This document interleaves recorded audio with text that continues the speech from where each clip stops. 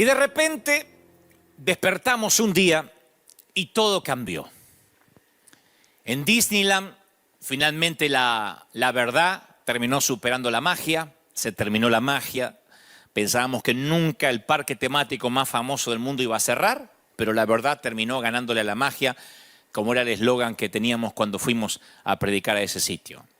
La muralla china, que es la única que puede verse desde el espacio, no fue tan fuerte para detener el contagio.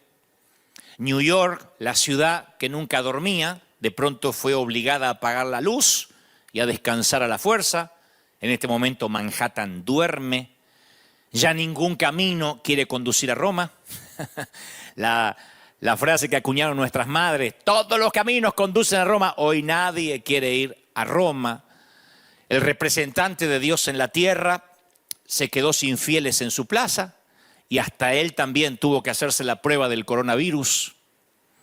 Un día nos despertamos y los besos y los abrazos se transformaron en armas peligrosas y de pronto nos dimos cuenta que un virus se coronó como dueño del mundo, como si fuese una suerte de golpe de Estado a nivel global, ¿no? Como un gobierno de facto. Y de pronto, las fronteras que siempre se defendieron con guerras o con altos muros para que aquellos no pasen para acá, ni los de acá miren para allá, de pronto esos muros se quebraron con gotitas de saliva. Y empezó la equidad, la igualdad en este contagio.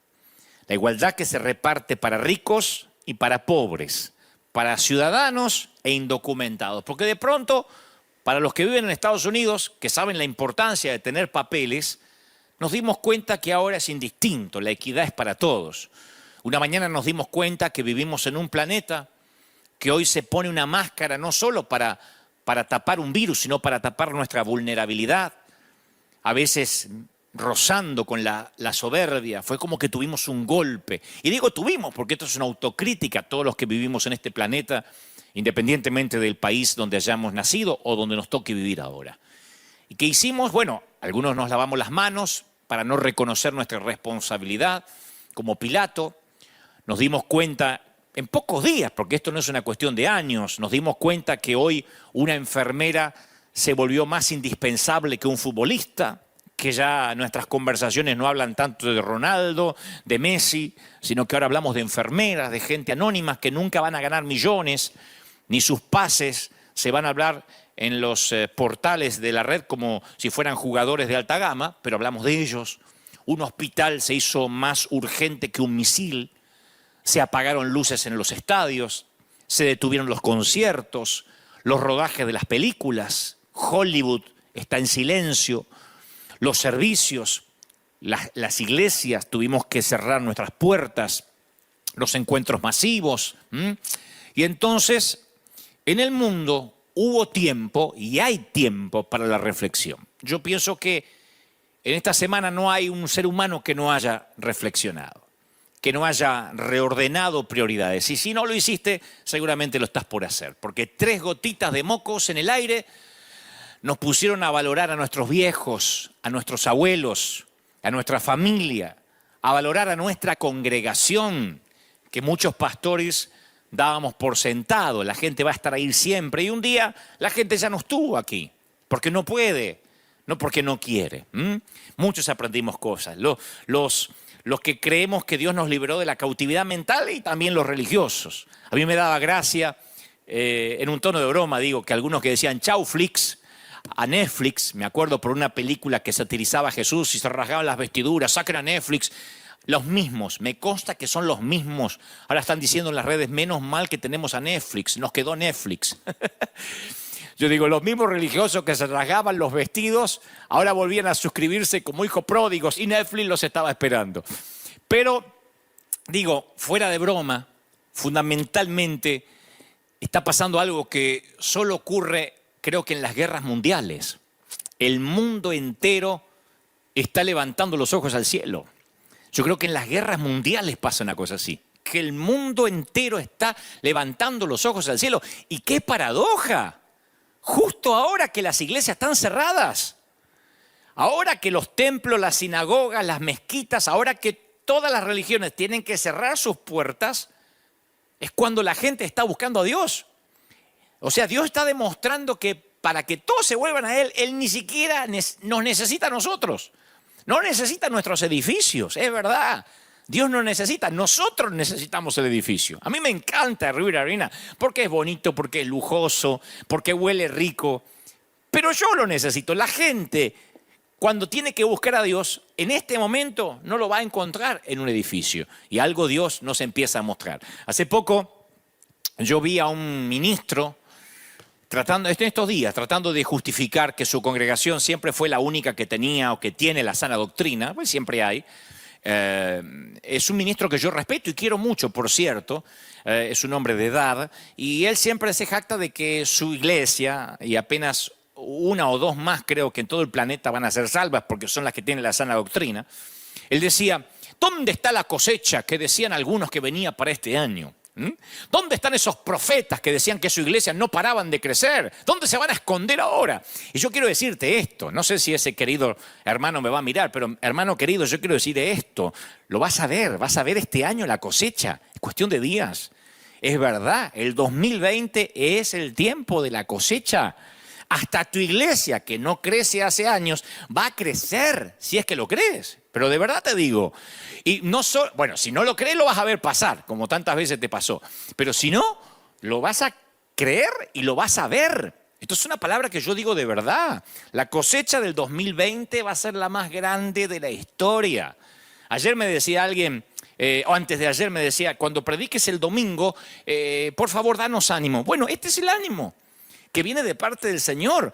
Hoy las iglesias, las sinagogas, las mezquitas, los templos, yo creo que todos, sin distinción, porque no quiero decir nosotros las iglesias cristianas evangélicas, yo creo que todos se están preparando para dar la bienvenida y proteger a los desamparados. Algunos tendremos o tendrán la sana doctrina, otros no, pero todas las iglesias están prestas para abrir sus puertas y va a venir una gran cosecha. Y aquellos que tengamos una palabra y aquellos que tengamos la presencia de Dios en nuestra nave, vamos a poder acogerlos, ayudarlos, restaurarlos, solidificarlos. Y aquellos que no estén listos para la cosecha se la van a perder, pero viene una cosecha muy grande. Digo, porque algunos ahora es cuando dicen, no, es que los que decían cosecha, ¿dónde están ahora? ¿Cómo que viene? Va a ser grandioso. Esto va a ser como luego del famoso 9/11, del 11 de septiembre, donde el mundo cambió tal como lo conocíamos y las iglesias empezaron a crecer. Iglesias, congregaciones grandísimas empezaron a crecer a partir de aquella tragedia del día que el mundo cambiaba y lo veíamos por televisión. Esto es igual, la gente se está volviendo a Dios. Hace poco, la semana pasada, yo estaba en la oficina, estábamos preparando esta acción de salida a dar de comer a la gente y ayudar. Y entonces entra hacia mi escritorio alguien que pertenece a nuestro comité, a nuestro board, es un gran amigo, se llama Rob Owen, gringo. Y me dice, Dante, quiero decirte que los que han estado en la línea de batalla, los que han estado en territorio hostil, los veteranos de guerra, tienen una frase acuñada. Nadie es ateo bajo fuego enemigo. Nadie es ateo bajo fuego. Por eso yo titulé este mensaje, nadie es ateo bajo fuego. Nadie lo es. No hay un solo ateo que persista en no creer en Dios cuando estas cosas empiecen a suceder. Nadie. Todo el mundo quiere volverse a Dios. Y ahí es cuando nosotros, los ministros, tenemos que estar listos. Ahí es cuando nosotros tenemos que decir, vamos a abrir las puertas de la iglesia, prepararnos para la gran cosecha. Yo no quiero tratar de empobrecer más tu día, no quiero entenebrecerlo más, no quiero que sientas que tu día se va a hacer más miserable que a lo mejor la desesperanza que ya tienes. Pero para muchas personas la muerte es el temor final y es la gran incertidumbre. Cuando alguien muere, por lo general oímos que mucha gente dice, no, es que está en un lugar mejor, pero antes de que murieran tratamos con toda la fuerza de orar para que no se vaya a ese lugar mejor. O sea, se fue a un lugar mejor, pero siempre estamos orando para que no se vaya. Eso es porque hay incertidumbre. Woody Allen, el famoso actor, dijo alguna vez, yo no quiero vivir en los corazones de mis compatriotas. Porque le dijeron, si mueres heroicamente, vivirás en los corazones de tus compatriotas. Y él dijo, no, yo lo que quiero vivir es en mi departamento. Yo creo que nadie tiene ganas de inmolarse.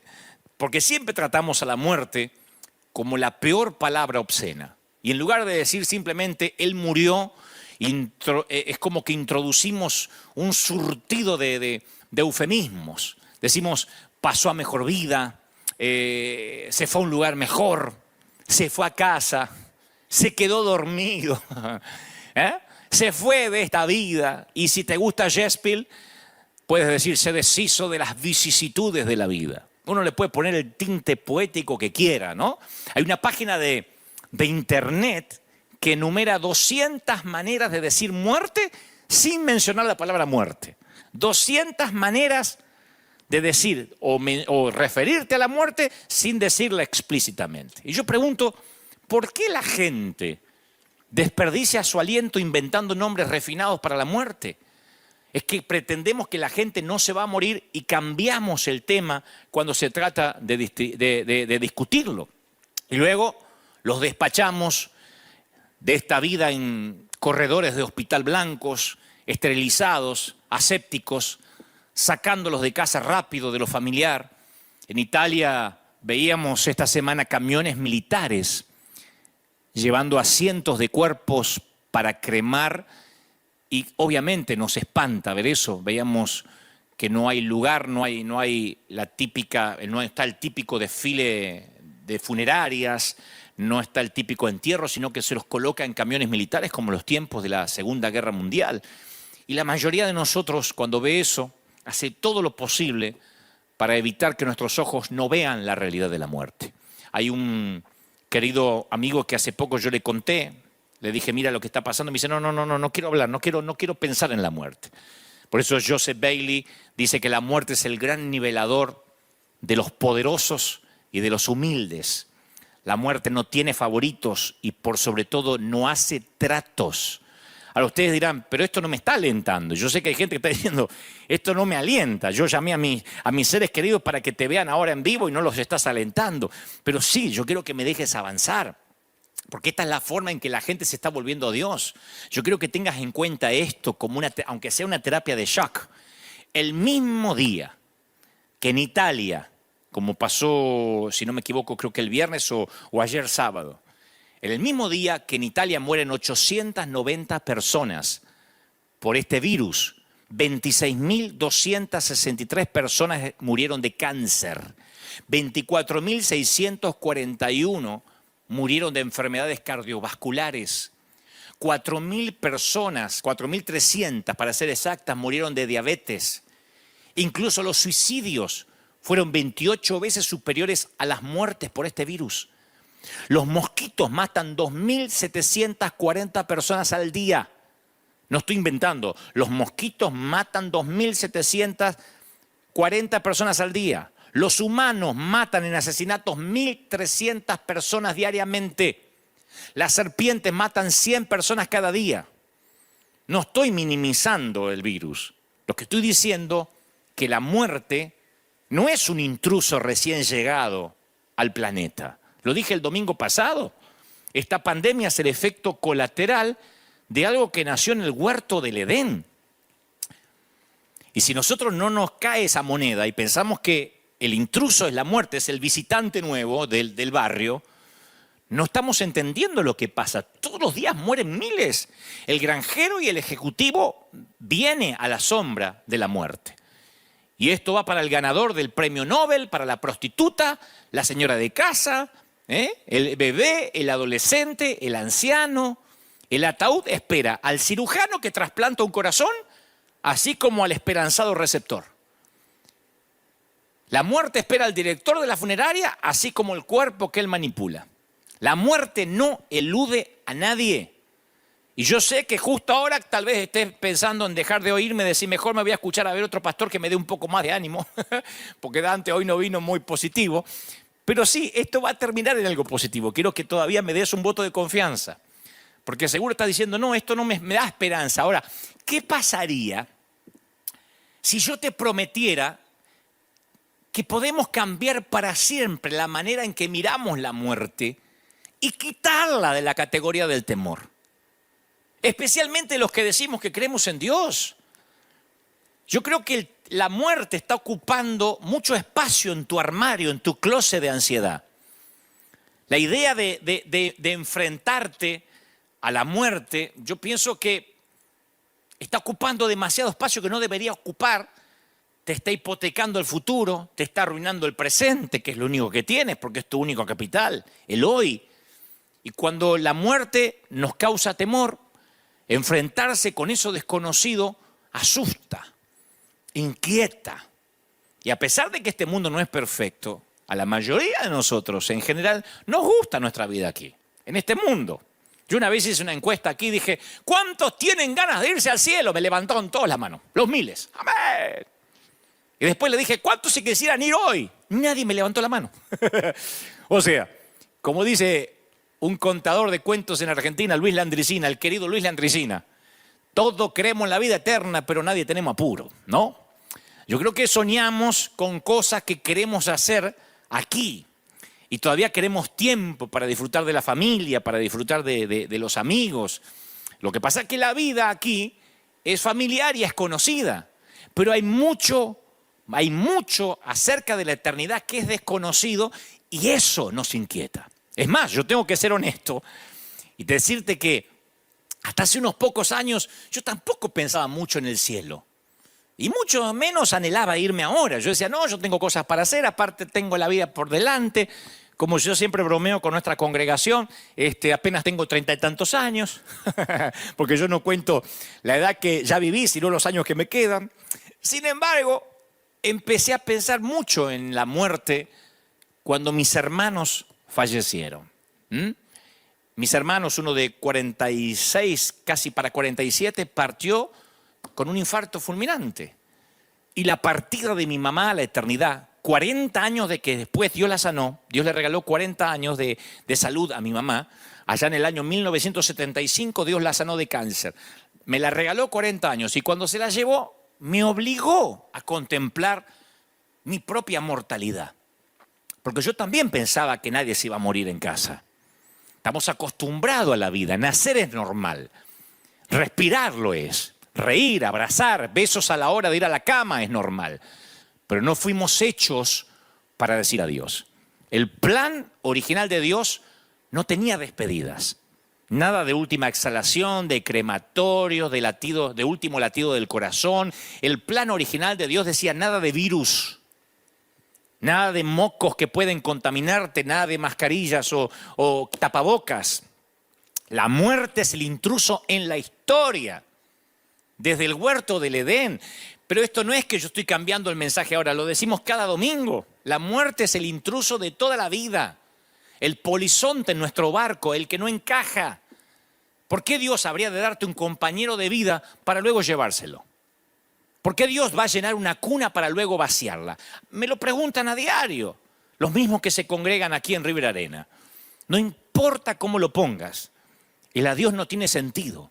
Y para algunos la palabra Dios es el desafío de su vida.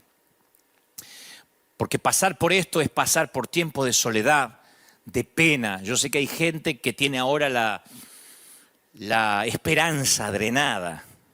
Se le drenó la fortaleza. Hay gente acá que me está mirando en cualquier parte de Italia, que hablaré de eso en unos momentos, a Argentina, a México. Ahora no hay países que estén escapando a esto. Y yo sé que hay gente que no le pasa esto ahora, que ya hace años que duermes solo en una cama para dos, que te mueves por tu casa en medio de un aplastante silencio, o que te sorprendes pronunciando su nombre o tratando de tomarle la mano por la noche buscándolo en la cama cuando ya no está. Yo estoy hablándole a la gente cuya muerte inesperada de un ser querido te agotó el espíritu. Y te sientes aislado como si estuvieses en cuarentena mucho antes que lo determinaran los gobiernos. Me escribió esta semana una dama que me dice, Dante, antes que mi presidente decretara la cuarentena, yo ya vivo en cuarentena hace años. Salgo nada más a la tienda o al mercado a comprar lo que necesito, pero tengo una cuarentena en el alma. Para muchos se sintieron como gatos encerrados. No puedo ir a jugar a la pelota, no puedo ir al bar, a los amigos. Otros dicen, yo a partir de esa muerte Vivo en una pena continua, en un dolor continuo, en una cuarentena que no se me va. Y entonces esta palabra es para ti. Esta palabra es para los que la muerte no les es alguien nuevo. No le es alguien que apareció ahora junto con las noticias en CNN o con los comunicados de prensa del presidente. Hay de los que dicen, sí, yo sé lo que la muerte duele. La Biblia no teme hablar de la muerte, porque la Biblia la llama por lo que es. La palabra muerte aparece cientos de veces en nuestras escrituras. Y los términos bíblicos a veces hablan de morir directamente, de muerte, pero algunos también son refinados y poéticos.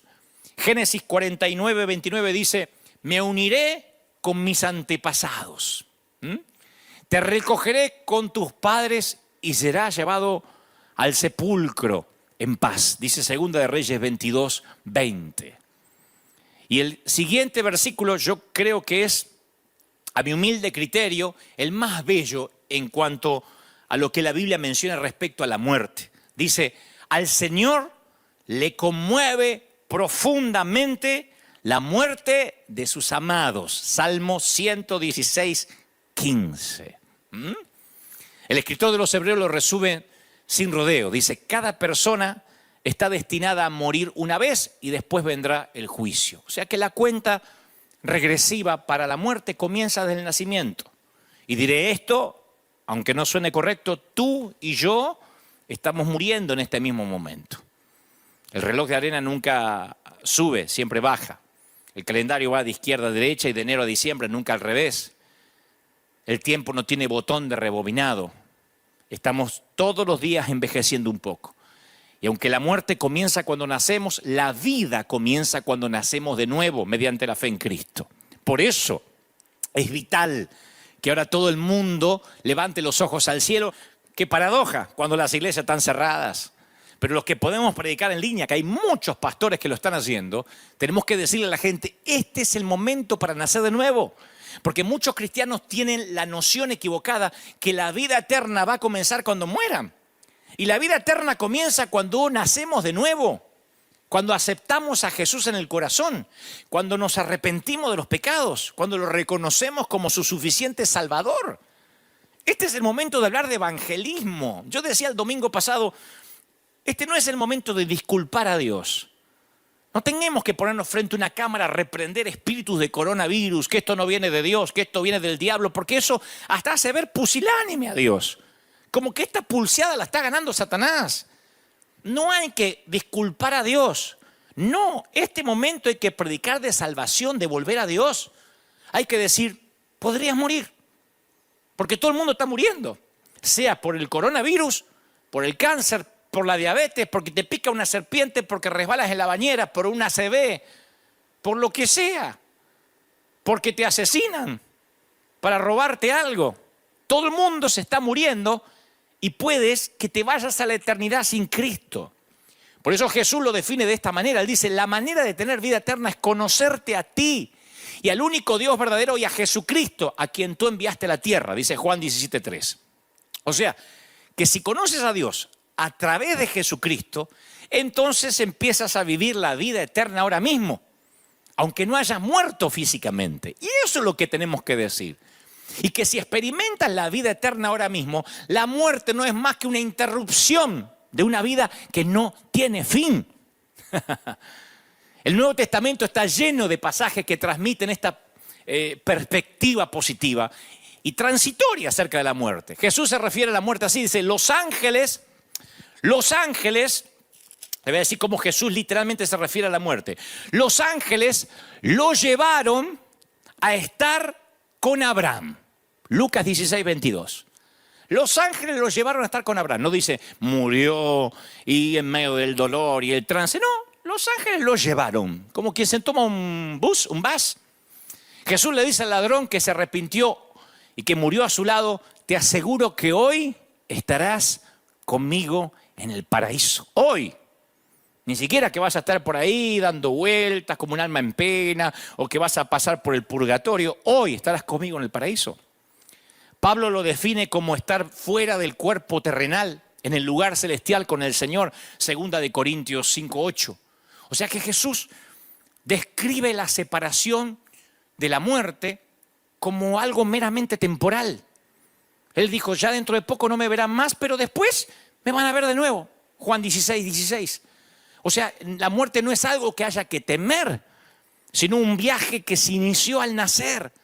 El problema no es esta muerte, sino la segunda muerte. No me voy a poner muy teólogo ahora, porque sé que hay mucha gente que por primera vez están oyendo esto, pero hay una última forma de muerte, la segunda muerte, que es la exclusión total de Dios. La Biblia dice, y el mar entregó sus muertos, y la muerte y la tumba también entregaron sus muertos, y todos fueron juzgados entonces por lo que habían hecho. Porque el mar entregó sus cadáveres, porque la tierra entregó sus cadáveres. Entonces la muerte y la tumba fueron lanzados al lago de fuego. Y este lago de fuego es la segunda muerte. Y todo el que no tenía su nombre registrado en el libro de la vida fue lanzado al lago de fuego. Apocalipsis 20:13. Yo intento hacer que este tema se entienda usando una pequeña fórmula matemática. Si solo naciste una vez, vas a morir 2 veces. Pero si has nacido 2 veces, tendrás que morir solamente una. Así que lo diré otra vez. Si solo naciste una vez, morirás 2 veces. Y la segunda muerte es el problema. Cuando serás juzgado y ahí uno es lanzado al lago de fuego. El infierno es real, tan real como el cielo. Pero si naciste 2 veces y al segundo nacimiento se le llama aceptar a Cristo en el corazón, entonces morirás una sola vez. O sea que moriremos físicamente, pero después nunca más volveremos a morir. A esto se le llama la verdadera vida eterna, que uno no tiene miedo a un virus, al cáncer, con cosas que pueden venir, porque el Señor dijo, en el mundo tendréis aflicción. Pero a esto el Señor se refiere cuando Él dijo, yo soy la resurrección y la vida, y el que en mí cree vivirá aún después de haber muerto. Más claro, échale agua, che. Todo el que vive en mí y cree en mí jamás morirá. Aún después de que haya muerto, va a vivir. Todo el que vive en mí no va a morir. O sea que después de estar sentado al lado de cientos de lechos de muerte por mi tarea que me toca eventualmente hacer hace una década, yo he visto un patrón recurrente. La gente con una fe fuerte tiende a morir en paz. La gente que tiene una fe fuerte, el morir es algo que sabe, lo pone un poco triste porque se despide de sus hijos, de sus nietos, pero les dice hasta luego, nos vemos, se van con una paz, es real. Yo he estado despidiendo personas, acompañándolos en el último capítulo antes de irse a la eternidad, al más allá. Se van con una paz que es imposible describir con palabras. Y la gente sin fe tiende a morir en temor, en tormento.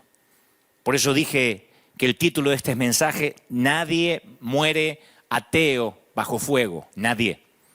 Lo saben los veteranos de guerra, cuando el fuego enemigo, cuando estás en el territorio hostil y las granadas enemigas explotan cerca tuyo, nadie deja de decir, Dios mío. Y el que nunca fue a la iglesia le pide al que tiene una pequeña Biblia metida en el bolsillo, ora por mí. Y cuando está allí muriéndose, por lo general no pasa como Hollywood lo retrata, que le dice, dile a mi novia que siempre la amé. Por lo general lo primero que piden es por su alma. No se acuerdan de la novia, no se acuerdan necesariamente de la suegra, se acuerdan del Señor. Y dicen, tú que eres cristiano, dime, tengo una oportunidad allí en el último aliento. Nadie muere ateo bajo fuego. Nadie muere ateo con una pandemia. Entonces, si nosotros, los que predicamos, entendemos esto, estaremos ante las puertas de la mejor cosecha de la historia, del apogeo de la iglesia como nunca antes.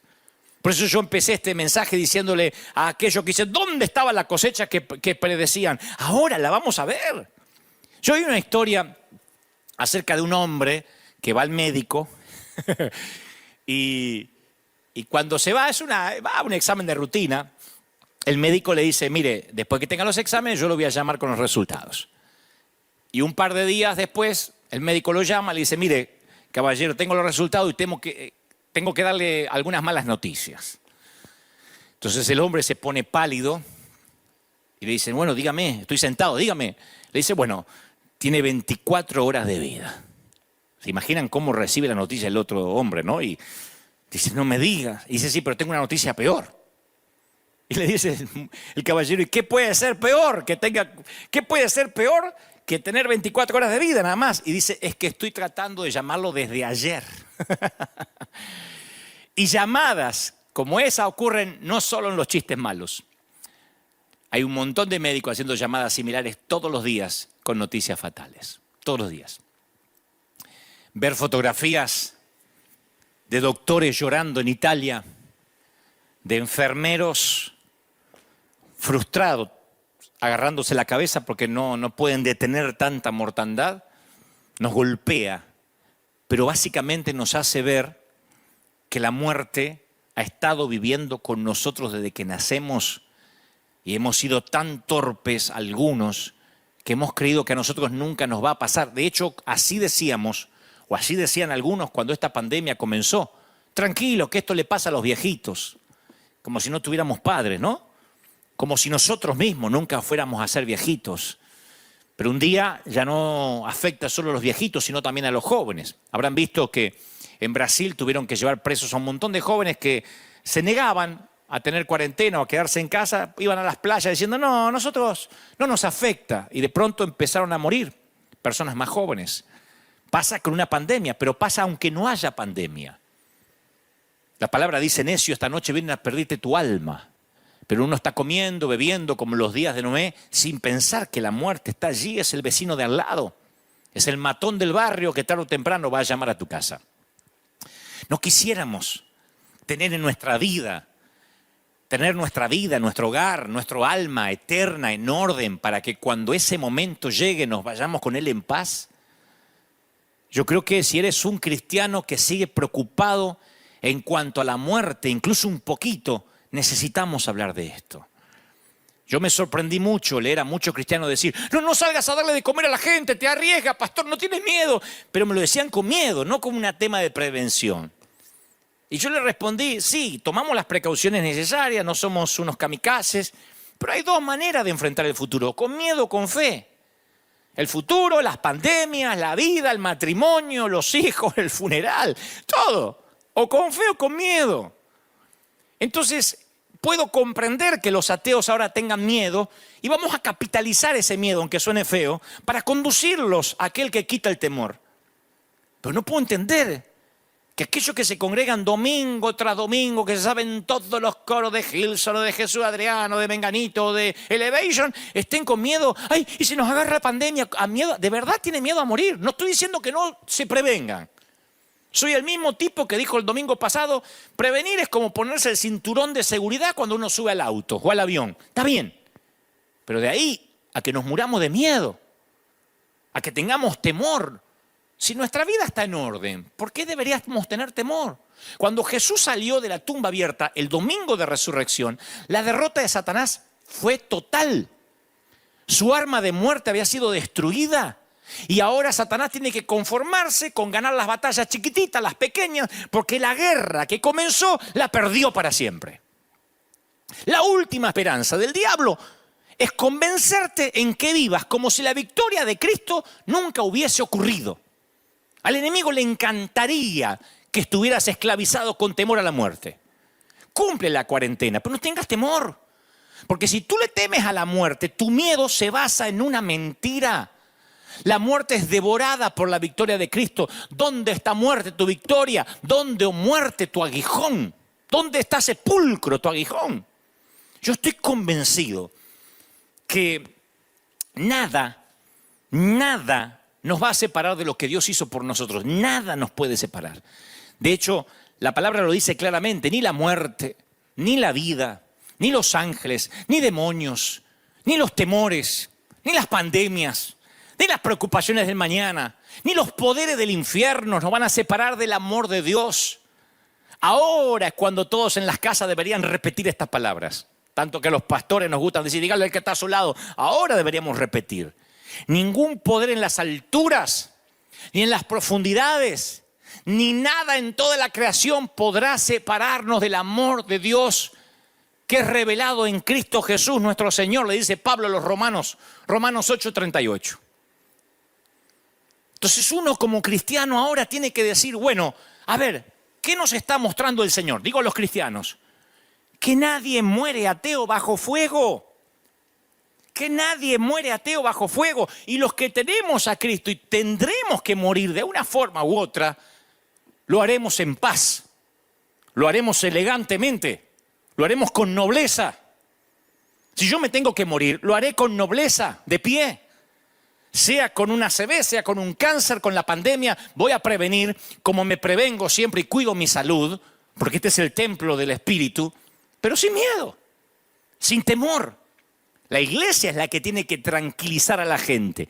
Y Dios se ocupó que nuestros edificios por ahora estén cerrados, de modo que nosotros como iglesia podamos tranquilizar a la gente a nivel vecino, en la calle, si nos toca ir a la tienda, a la farmacia, no sumarnos al temor. Porque si nos hubiésemos quedado dentro de los edificios estaríamos repitiendo las mismas frases absurdas de que Dios está contigo, que nada te va a pasar, que la sangre te cubre, empodérate. Ahora no estamos en los edificios, hay que convivir con los que tienen miedo. Y tenemos que decirle que no hay que temer. El 7 de diciembre de 1941, el reverendo Peter Marshall tuvo un discurso a los cadetes de Annapolis. Fue cuando ocurría el famoso Día de la Infamia, cuando se estaba desarrollando en Pearl Harbor, el momento literalmente que estaba en llamas por un ataque enemigo. Y entonces este oficial, que además es doctor, que además es reverendo, porque tiene todo, es un hombre que Dios lo ha usado mucho, además es militar, además sabe de medicina, dio el discurso a los muchachos que estaban allí, que iban a sacrificar la vida por el país. Y él cuenta una historia rápidamente de un niño moribundo, una historia real, un chiquito que tiene una enfermedad terminal, que le preguntó a su mamá, mamá, ¿cómo es morir? ¿Duele? ¿Va a dolerme morir? Y la madre suspiró, pensó un momento qué decirle, le dice, mira, ¿te acuerdas cuando eras más pequeño y jugabas mucho y te quedabas dormido en la cama de tu mami? Te despertabas de alguna manera y a la mañana te encontrabas en tu cama. Había pasado que tu papá llegó con sus brazos grandes, te había levantado, te había desvestido, te puso el pijama mientras dormías y no te dabas cuenta. Así es la muerte, es despertarte en tu propia habitación. Por eso tal vez creo que ningún versículo de las Escrituras nos va a dar una imagen más consoladora que aquel Salmo 23, el Salmo del pastor por excelencia, que ya lo saben, ¿no? Aunque ande en valle de sombra y de muerte, no temeré mal alguno porque tú estarás conmigo. Tu vara y tu cayado me infundirán aliento. Lo hemos dicho algunos desde la escuela dominical, pero nos cuesta entender que la muerte no es un destino, es un viaje. Cuando yo ande, cuando yo pase, hay una versión que David dice, cuando yo pase por el valle. David no ve la muerte como un destino, lo ve como un viaje, una travesía. No habla de una cueva, de un camino sin salida, porque yo he escuchado a muchos cristianos, no, esto es un camino sin salida y vamos a morir todos. Él habla de un valle. Y un valle es que tiene una abertura en ambos extremos, una apertura en ambos extremos. Y el énfasis está en por. Aunque vaya por valles, indica un estado temporal, una transición, un camino brillante adelante, un futuro esperanzador. Y para los cristianos los problemas siempre son temporales. Para nosotros tenemos que decirle a la gente, esto es temporal. Me decía el otro día alguien, no digas que esto va a pasar. ¿Cómo no? Esto tiene fecha de caducidad. Dejaré de predicar si esto no pasa. Tiene fecha de caducidad. Porque para los cristianos todo lo que pasa es temporal. Y las bendiciones para los cristianos son eternas. Grábatelo. Los problemas para los que creemos en Cristo son temporales y las bendiciones son eternas. Para los ateos las bendiciones son temporales y los problemas son eternos. Para el que no tiene a Dios, el auto de alta gama es temporal. La casa, la mansión en Beverly Hills es temporal. Hubo un príncipe que se contagió el coronavirus. O sea, es príncipe, vive en un palacio, sangre real, linaje sanguíneo azul. Y todo es temporal. Su problema es eterno. En cambio nosotros podemos tener problemas temporales, pero las bendiciones son eternas. Mi querido, para Dios no hay callejones sin salida en sus mapas. No hay puntos muertos en su voluntad. No hay calles ciegas en su guía. La muerte es solo una sombra, aunque ande en valle de sombra. Me encanta eso, aunque ande en valle de sombra de muerte. Sombra de muerte. Fíjense lo quirúrgico que fue David. No dijo aunque ande por la muerte, dijo la sombra de la muerte. Siempre cuento de que cuando yo era un chiquito tenía terror de que vayamos a visitar a mi tía Josefa.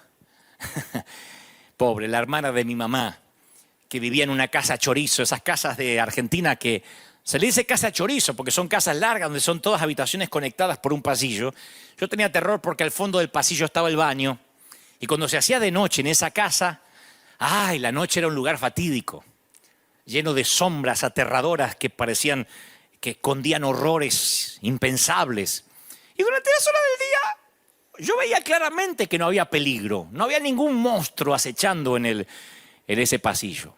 Pero tú sabes lo que la oscuridad le hace a ciertos lugares. La oscuridad a ciertos lugares los distorsiona. Y la oscuridad convierte a veces al lienzo en algo feo. Se convierte en un lienzo para la imaginación. Uno puede ver sombras, cosas extrañas.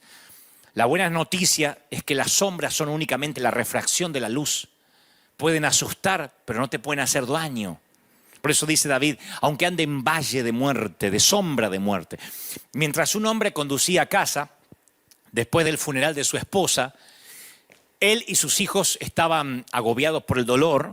Habían enterrado los chiquitos a su mamá, él a la mujer de su vida.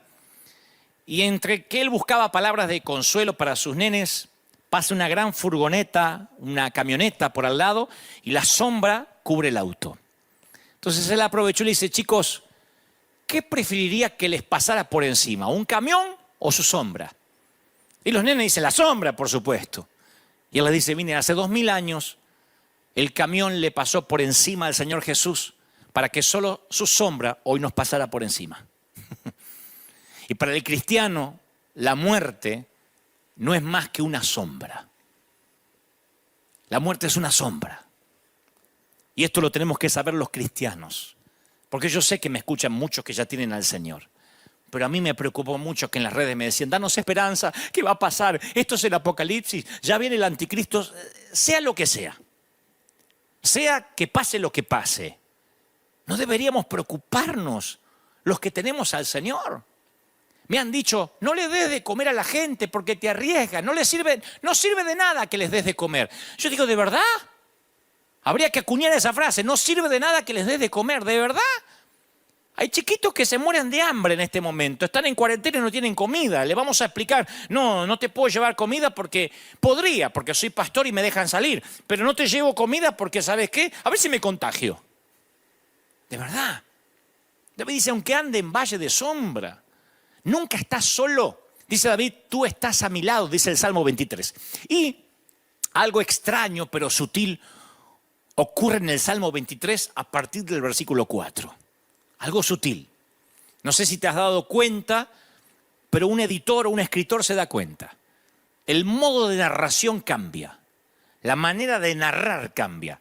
De pronto él, tercera persona, se convierte en tú. En segunda persona. En los primeros 3 versículos, David se refiere al Señor en tercera persona. Me hará descansar. Él me renueva. Él me guía.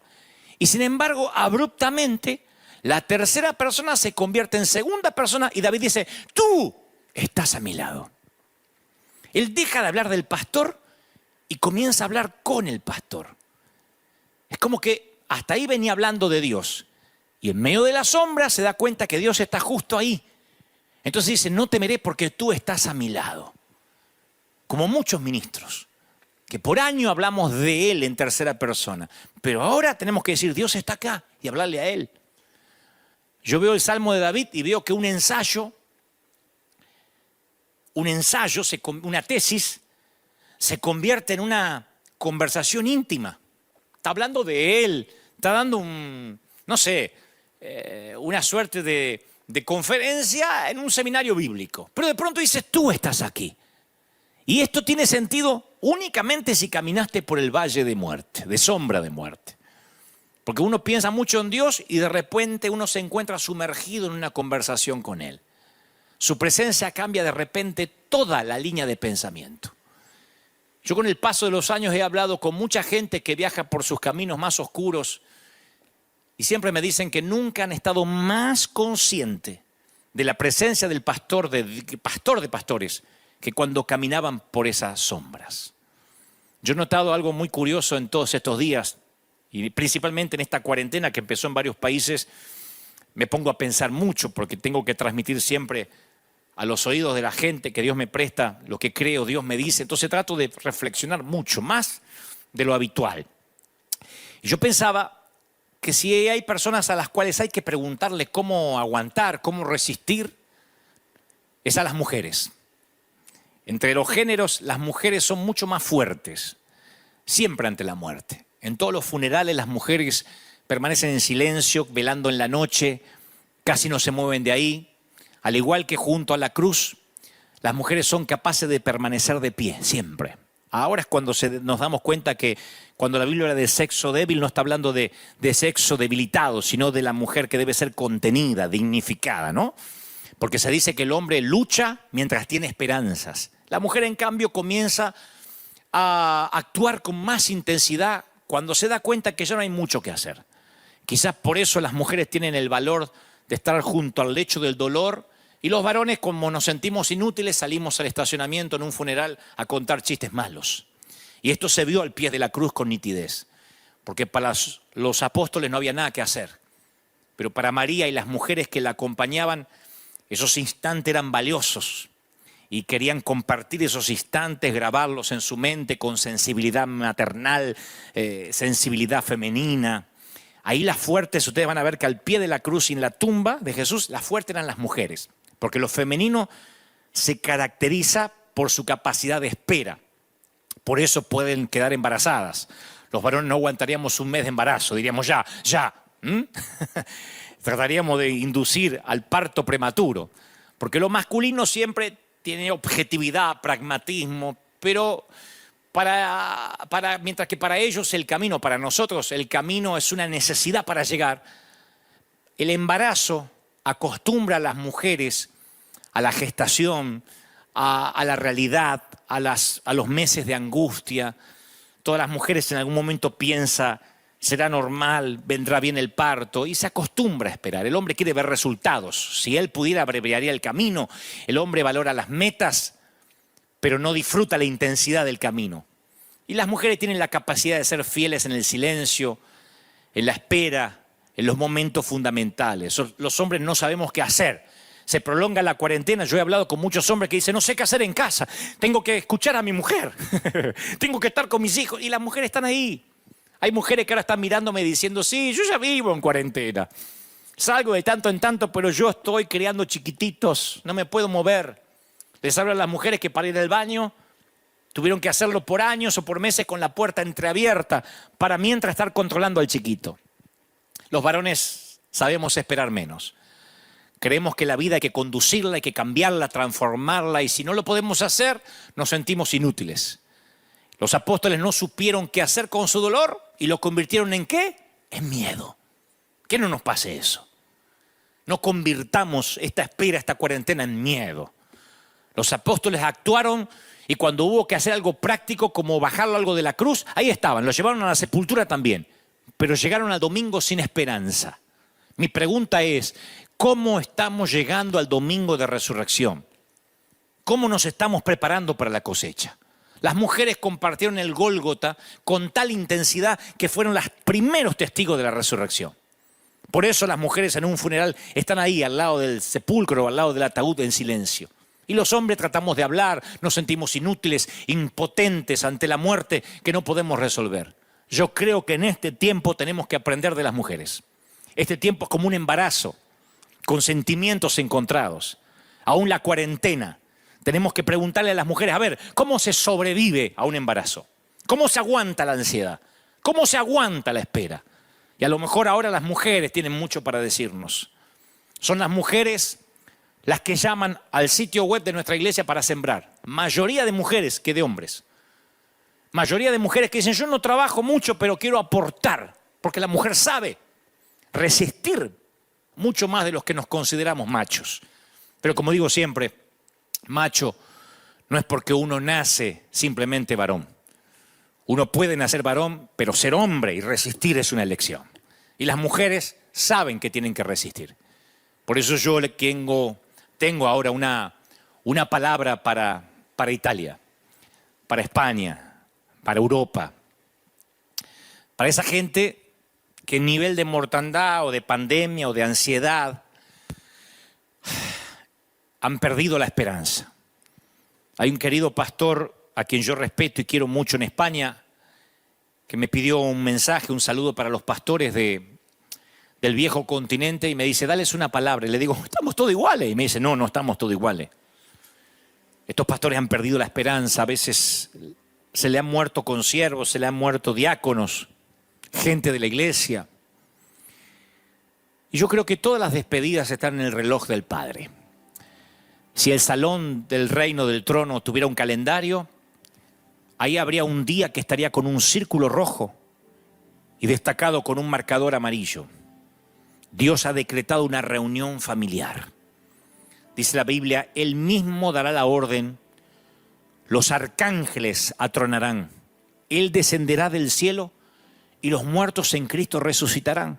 Ellos irán primero, luego el resto de nosotros que todavía estemos vivos en ese tiempo, seremos tomados en las nubes para reunirnos con el Señor.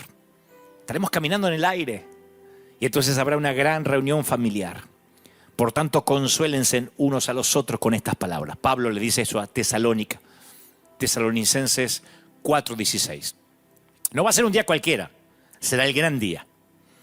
El arcángel lo va a inaugurar con un toque de trompeta.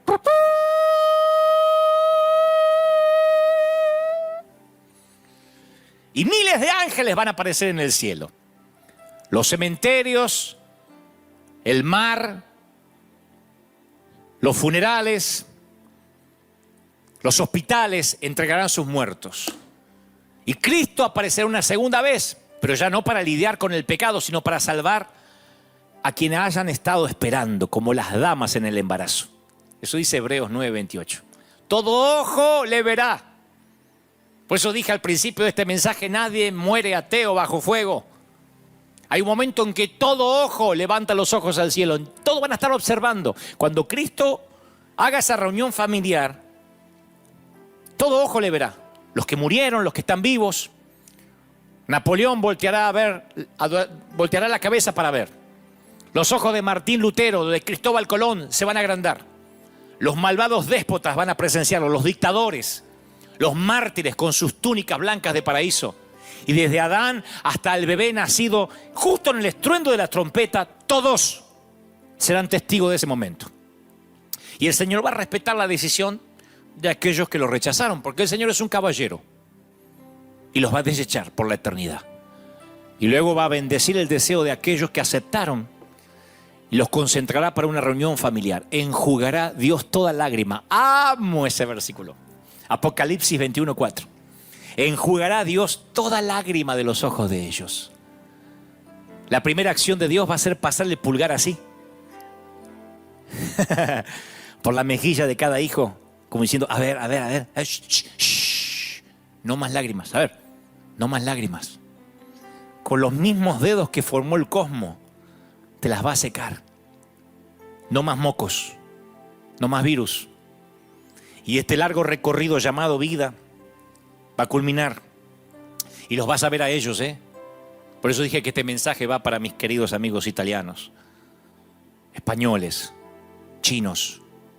Habrá una gran reunión familiar con el Maestro. Por tanto, aliéntense con estas palabras. Tu futuro con quien tuviste que despedir es mucho más grande que el pasado que viviste con él. Esto se lo digo a los pastores, a ese querido pastor que me escribió que acaba de despedir a su mamá infectada. La muerte parece que a veces se lleva demasiado. Claro, porque no sepultamos solo un cuerpo, sino el matrimonio que nunca se efectuó, los nietos que no vamos a conocer, los años dorados que nunca conocimos. Sepultamos sueños. Pero en el cielo esos sueños serán realidad, porque Dios prometió la restauración de todas las cosas. Hechos 3:21 dice, Él restaurará todas las cosas. Y todas las cosas incluyen las relaciones. En el libro El cielo es real, cuenta la historia de un chiquito que durante su internación por una apendicitis, mientras estaba inconsciente, fue al cielo. Esto se hizo hasta devino en una película, en un filme. Y el papá de este chiquito, llamado Colton, habla del momento cuando este nene de 4 años le dice a su mamá, mamá, en tu barriga murió una bebé, ¿no? Los papás nunca le habían dicho, nunca le habían mencionado al niño de esa pérdida. Él era demasiado chiquito como para que procesara esa información. Y la mamá le dice, ¿quién te contó que murió una bebé en mi barriga? Y el nene le dice, el Señor me lo dijo. Y la nena me lo dijo, la bebé, me dijo que había muerto en tu barriga. Pero está bien, ella se encuentra bien, mamá. Dios la adoptó. La mamá le dice, ¿quieres decir que Jesús la adoptó? No, mami, Jesús no, su papá lo hizo. Y los ojos de la mamá se iluminaron y le dijo, ¿y cómo se llama la bebé? ¿Cuál es su nombre? Y dice, no tiene nombre. Me dijo que ustedes nunca le pusieron un nombre. Y está ansiosa porque tú y papá vayan al cielo a ponerle uno. Alguien está diciendo lo mismo respecto a ti en el cielo. Hay gente anhelando el día en que Dios haga esa reunión familiar. En el hogar final no hay adioses, de habitantes de una tierra de adioses a ciudadanos de un cielo de olas. De habitantes de una tierra donde nos tuvimos en un momento que saludar con el codo, a un mundo sin lápidas, sin cementerios, sin ataúdes, sin morgues. Un mundo donde no se hagan funerales. ¿Te imaginas? ¿No más tierra sobre un cajón? ¿Te imaginas? ¿No más virus? ¿Te imaginas no tener ningún solo problema? Nunca más. Yo no sé si te gusta tu nombre, pero tendremos uno nuevo en casa. Al que venciere, yo le daré un maná escondido y una piedrecita blanca. Y en la piedrecita escrito un nombre nuevo, al cual ninguno conoce, sino solo aquel que lo recibe. Apocalipsis 2:17. ¿Tiene sentido? Me gusta. Príncipe, princesa, tigre, campeón, amor. Tu nombre terrenal se va a olvidar, porque el futuro es tan bueno que amerita un nombre nuevo. Estar en casa es tan bueno que ningún nombre común serviría, ni siquiera Dante, que suena tan bien. Así que si te han dicho perdedor, divorciado, separado, indocumentado, infectado, allá habrá un nombre nuevo. Y el mayor problema no es sentirte lejos de casa cuando lo estás, sino creerte que estás en casa cuando realmente no lo estás. Y esta tierra no es tu casa. A tu historia le falta el mejor capítulo, a tu concierto le espera la mejor canción. Un gran compositor guarda su mejor obra maestra para el final. Y Él te espera en casa. Cada segundo es un paso dado hacia esa eternidad. Cada aliento es una página que das vuelta, que te acerca a esa reunión familiar. Cada día es un kilómetro, una milla registrada. Ahora que todos los mapas se tiñeron de rojo con la presencia del virus, ahora es cuando quienes venimos a dar esperanza vamos a ser bien recibidos bajo cualquier idioma y debajo de cualquier color de piel. Antes de la pandemia, cuando salíamos a repartir cosas, porque siempre amueblamos casas completas, no falta quien pregunta, pero yo soy católico, ¿eso importa? Porque a mí me manda cosas el curita. ¿Ustedes son gringos o son hispanos? Ahora, con la pandemia, nadie pregunta en qué creemos, de qué color es nuestra piel. Me gusta porque en estos tiempos deja de importar mi forma de vida, si tu fe no es la mía. Bastará que me anime yo a extender mi mano cuando nadie más lo quiera hacer. Y estoy seguro que este virus nos va a reconciliar con la muerte y con la vida. Fíjense ustedes, fíjense los que están sentados en la sala. ¿Desde cuándo no se juntan así? Desde el último partido en que jugó vuestro país. Desde un superclásico que no se juntaban todos juntos. Y ni siquiera hay cerveza, ni siquiera hay jolgorio. Miren lo que Dios tuvo que hacer para devolverle el altar familiar a las casas. Es que siempre, después de un gran diluvio, surge un pacto nuevo. Siempre. Después de un gran diluvio, surge un pacto nuevo. Así que yo pensaba, toda la semana pensé, ¿cómo tengo que orar? Yo no sé si a los pastores les es fácil orar. Yo me pregunté, ¿le pido a Dios por la cura ya? Cuando este virus llegó para igualarnos y que consideremos la vida eterna. Vieron que ya no hay discusión tanto de aborto, ni de salvemos las dos vidas, ni matemos a una. Vieron que ya no hay manifestaciones sobre inclusión de género, sobre cambiar nuestra manera de hablar. Vieron cómo se reorganizaron las prioridades, ahora es sobrevivir. Así que, ¿qué hago? ¿Le pido a Dios que detenga la pandemia? Cuando esta misma pandemia está haciendo que la gente busque a Dios, se va a detener. Nada más que yo no sé cómo orar. Le pido a Dios que cierre las puertas de las iglesias, que las vuelva a abrir, que las cierre. ¿Qué le pido a Dios? Porque justo ahora la gente comenzó a levantar altares en sus hogares. No lo habían hecho nunca. Le pido a Dios que no sea afectada la economía, cuando especialmente en Estados Unidos la economía siempre fue un Dios. Yo pastoreé una iglesia de algunas personas que dejaron de venir a la iglesia porque les salió un trabajo en domingo. Le digo, ¿y te vas a dejar de congregar? Y sí, pastor, hay que trabajar, hay que pagar el mortgage. Líderes que yo confiaba han tenido al crédito como su Dios. Y el sueño americano valía más que buscar la voluntad de Dios. Son los mismos que ahora dicen, por favor, pastor, ¿cuándo se abre la iglesia? Un montón de gente a mí me ha dicho, me voy ahora a Beckerfield, no sé dónde me voy a congregar. ¿Y hay iglesia allá? No sé, pero me salió un trabajo allá. Ni hablar de los que faltan porque les picó un mosquito, porque les tocó un puente, un fin de semana largo. Entonces Dios revirtió de pronto todo y ahora todo el mundo está buscando a Dios. Así que, ¿qué hago? ¿Le pido a Dios que cambie su voluntad? ¿Oro para que Dios haga su voluntad? Sí, porque yo confío de que su plan es perfecto. Oro para que todos los que tienen que ser salvos conozcan la verdad y ojalá que sea rápido, así esto pasa. Oro para que la fe de los santos no mengüe y para que ustedes, mis queridos ministros europeos, estén firmes. Oro por la unidad de la iglesia, pero la verdadera, no la de grupitos de élite. No de esos que se juntan. Vamos a juntarnos el grupito, pero aquel déjalo fuera porque se roba las almas. Y el otro no porque no predica la sana doctrina. Antes de esto había un montón de grupitos queriendo hacer unidades que no son tal. No, la unidad es con todo el mundo. La unidad es con el que se quiera unir. Porque nos vamos a sorprender cuando lleguemos al cielo de ver a gente que no esperábamos ni siquiera que pasara por la puerta de una iglesia. Y de haber dado por sentado a algunos que ni siquiera van a estar ahí. La unidad es para todos. Pero acá es cuando uno, espíritu de ecumenismo. La unidad es para todo el mundo. Aquel que recibe a Cristo en su corazón, circuncidado, no circuncidado, gentil, judío. El Señor vino para todos. Así que oro para que la iglesia aprenda a no rematar a sus propios heridos. A ver si esta pandemia nos enseña algo.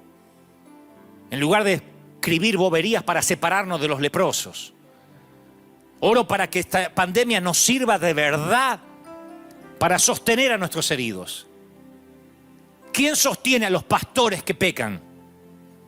¿Quién los sostiene a aquellos que tienen matrimonios disfuncionales? A los pastores que luchan con hijos en las drogas.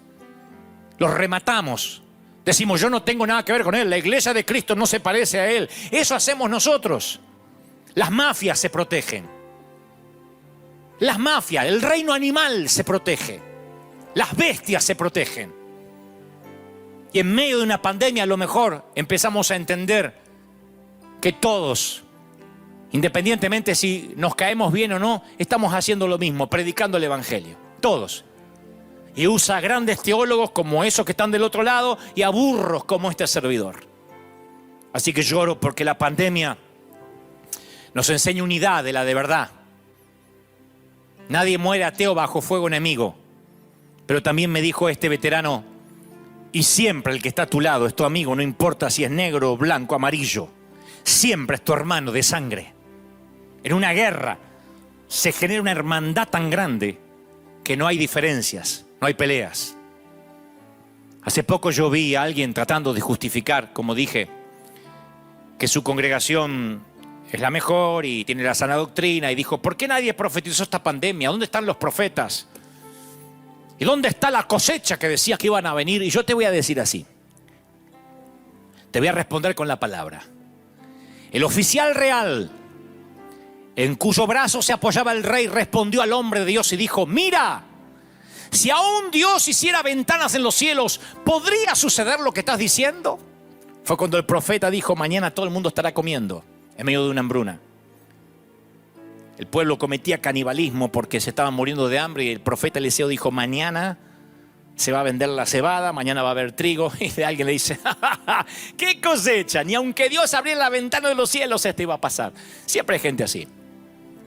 Hasta el mismo Moisés le dice al Señor, ¿cómo vas a alimentar a 600.000 hombres? Son 600.000. Los discípulos le dicen a Jesús, ¿de verdad? ¿Quieres que le demos de comer nosotros? ¿Has visto que el niño tiene apenas unos pancitos y unos peces? Pero Eliseo miró a este caballero que no quería creer y le dijo, bien, tú verás la cosecha con tus ojos, pero no vas a comer de ello. Así que viene la mejor cosecha de la historia. Porque siempre, luego de un diluvio atroz, surge un pacto nuevo.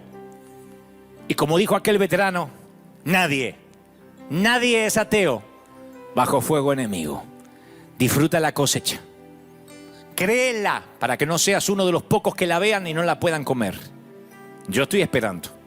River Church está esperando la cosecha. Por eso salimos y por eso estamos expectantes. Y a veces me pongo un poco duro, sí, porque estoy harto. Creo que varias cosas convergen. Tengo 51 años vividos, 30 en el alma, 25 en ideas. Y creo que 18 en resistencia. Pero tengo 51 años cronológicos. 30 años de servir a Dios. Y 30 años de contemplar también idioteces. Milagro de Dios e imbecilidades, porque la estupidez humana, como dijo alguien, no tiene límites. Entonces hay un momento en que estoy harto y quiero aprovechar estos momentos en que tengo vuestros oídos para decir las cosas como son. Sin vueltas, sin eufemismos.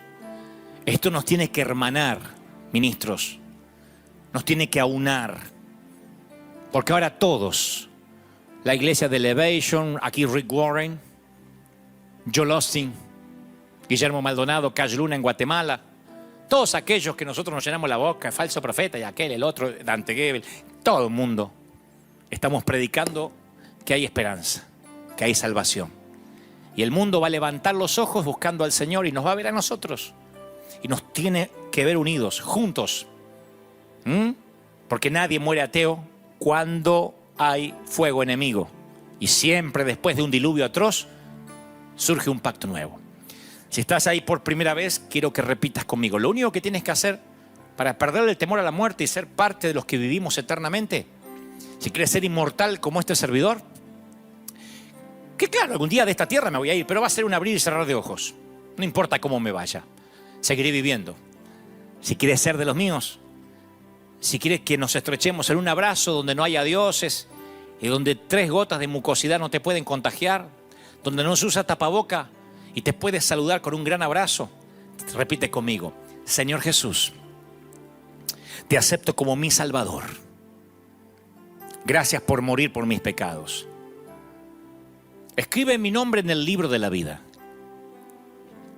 Quiero perder el temor a la muerte. Y si me toca partir, ahora o en algunos años, quiero hacerlo en paz. Quiero que tus ángeles me lleven a la gran reunión familiar. Sálvame de la segunda muerte. Dame un segundo nacimiento. Amén. Y ahora sí, juntos, antes de despedirnos, gracias por haber estado ahí. Gracias por haberme acompañado. No sé qué nos va a deparar el día de mañana. Basta el día con su afán. Si esto cambia, estaremos, como les dije, en nuestros 2 servicios habituales a las 9 y a las 12, aquí en 201 East de la calle Broadway, en Anaheim, California. Si no cambia, volveré a estar aquí, Dios mediante, si Dios me da salud, y así Dios lo permite, el domingo que viene a las 11 de la mañana, a partir de las 11, hora de la costa oeste de los Estados Unidos. Padre, yo bendigo a los que están del otro lado. Bendigo a los que vieron esta transmisión. Declaro, Señor, que la mayor bendición para un ser humano aquí en la tierra sea derramado. Oramos por Europa, oramos por Asia, por África, por Oceanía, por todo el continente americano. Declaramos los 5 continentes que se hará tu voluntad, que el pueblo se volverá a ti, que levantaremos los ojos y nos humillaremos y nos volveremos a ti. Primeramente los ministros, luego los que sirven, luego los que se asisten a la iglesia, luego los ateos, y tú sanarás la tierra, perdonarás el pueblo, quitarás toda enfermedad, tú detendrás la mano de la muerte. Yo lo creo, yo lo declaro, yo declaro y creo que viene fecha de caducidad pronto, que esto termina, no sin antes hayamos entendido qué nos quieres mostrar. Gracias por los que me han brindado su atención, por los que están del otro lado. Gracias por todos los que están allí. Oro especialmente, subjetivamente, arbitrariamente por mi querida Argentina, porque ese es el país que me albergó durante 40 años y que pronto me verá regresar. Y yo oro por ellos. Bendigo a mis compatriotas. Oro, Dios, para que la bendición llegue a esos hogares. Oro por el presidente Fernández. Oro por la vicepresidenta Cristina. Oro por los senadores, por los diputados, por el ministro de Salud. Oro, Dios, por la policía, por gendarmería. Oro, Dios, por los que están a cargo de la seguridad de mi querida Argentina. Los bendigo. A los que están en casa, a los que todavía no entienden que tienen que quedarse en casa y han tomado esto como vacaciones. Señor, venga una convicción de prevención, una convicción de responsabilidad. Yo bendigo a mi República Argentina. Me preparo para ese estadio de Boca a fin de año. Declaro, Dios, que será el mejor superclásico de la historia, que será un antes y un después de lo que luego vendrá. Declaro bendición en todas las áreas. Oro por mis queridos pastores de la República Argentina. Oro por mis queridos colegas, los que pelean palmo a palmo por las almas, en la parte oeste, norte, sur, en toda la República Argentina, desde Ushuaia hasta La Quiaca. Bendigo los Estados Unidos de América. El país que hace 11 años me tiene aquí como su huésped. Lo bendigo, bendigo esta tierra. Sigo orando por nuestro presidente aquí. Sigo orando por el presidente, el comandante en jefe de las Fuerzas Armadas de los Estados Unidos de América, para que siga decretando días de oración, para que siga abogando, para que la oración vuelva a los colegios, para que los pastores sigan siendo sus consejeros. Y aun cuando nadie creía en él, en el tiempo que tú lo tengas en el sillón presidencial de la Casa Blanca, sea guiado por tu espíritu.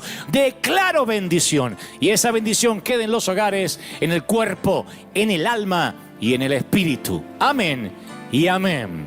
River querido, iglesia local, los extraño. Ojalá que nos vemos pronto. Chao, bendiciones, gracias por estar en vivo y nos vemos aquí, Dios mediante, y en las redes sociales a partir de mañana. Bye.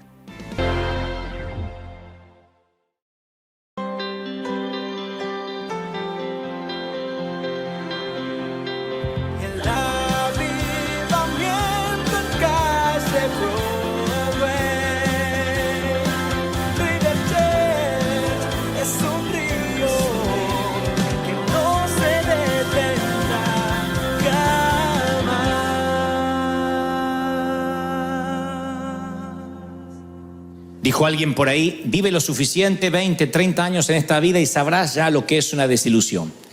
Desde la relación rota de un noviazgo, alguien más que te rompe el corazón, una traición, un desempleo, un despido, un avatar de la vida, un infortunio que puede hacer que la vida tal como la conoces de pronto pegue un giro de 180 grados y tu vida no es ni una sombra de lo que soñabas. Eso puede pasar, temporadas de desilusión.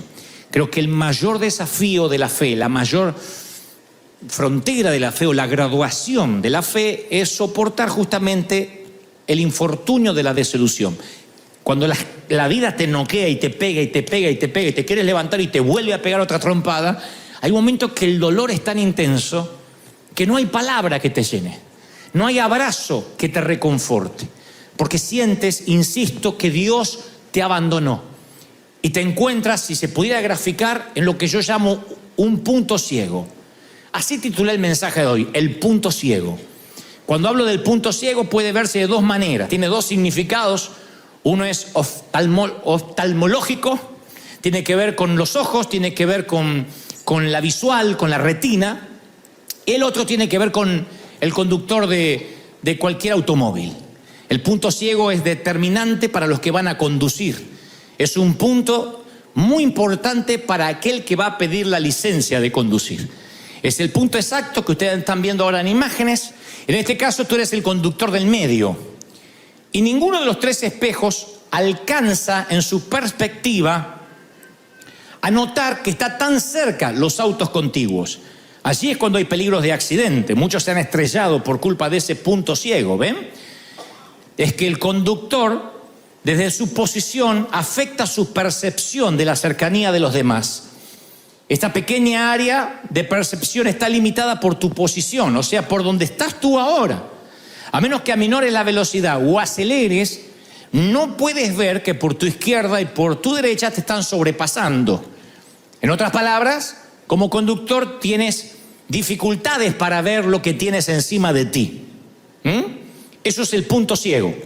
Entonces, ¿qué se recomienda a un conductor novato?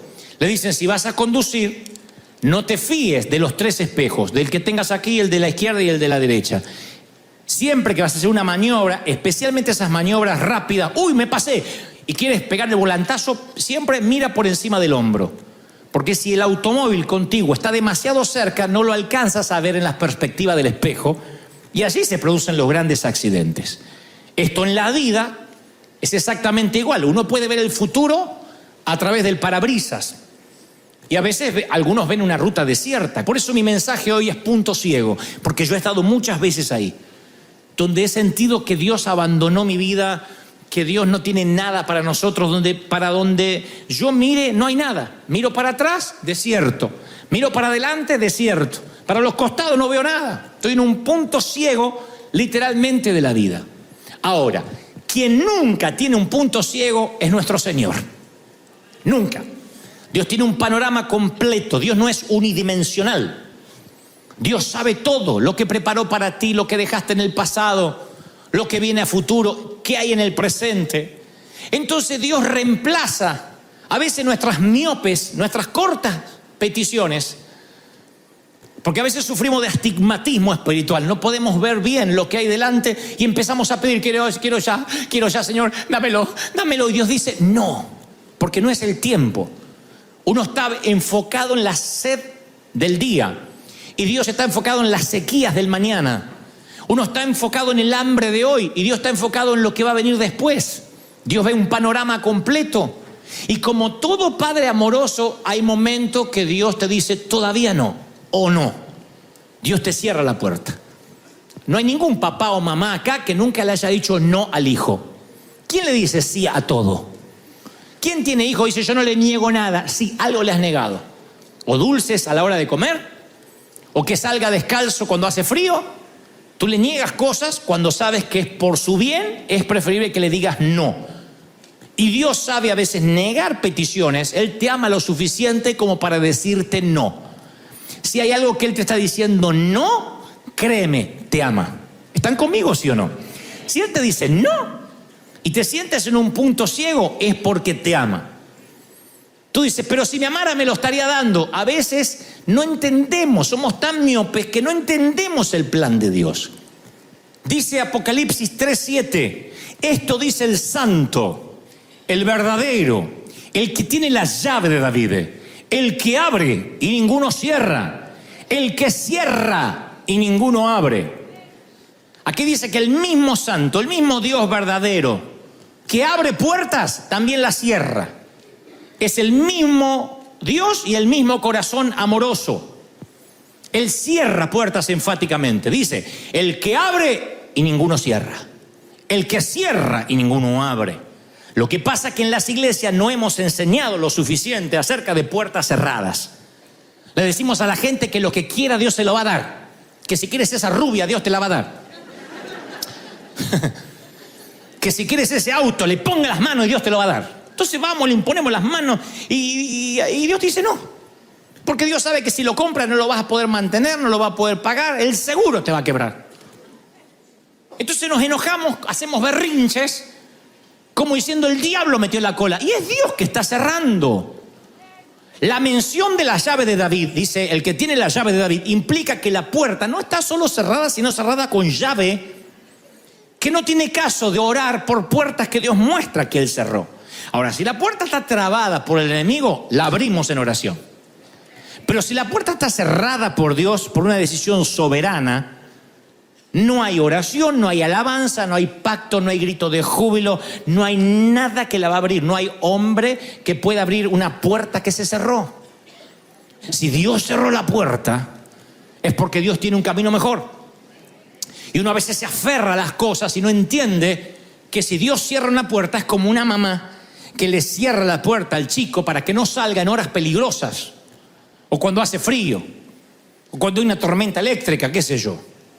El niño no entiende. ¿Por qué? Si tú me abriste la puerta a la mañana, pero ahora te la cierro. Y ahí es cuando los nenes no entienden y creen que la mamá se endemonió por la tarde. Y de pronto le agarra el berrinche y dice, oh Dios, yo no tenía que haber nacido en esta casa, me voy a vivir. Y él no entiende.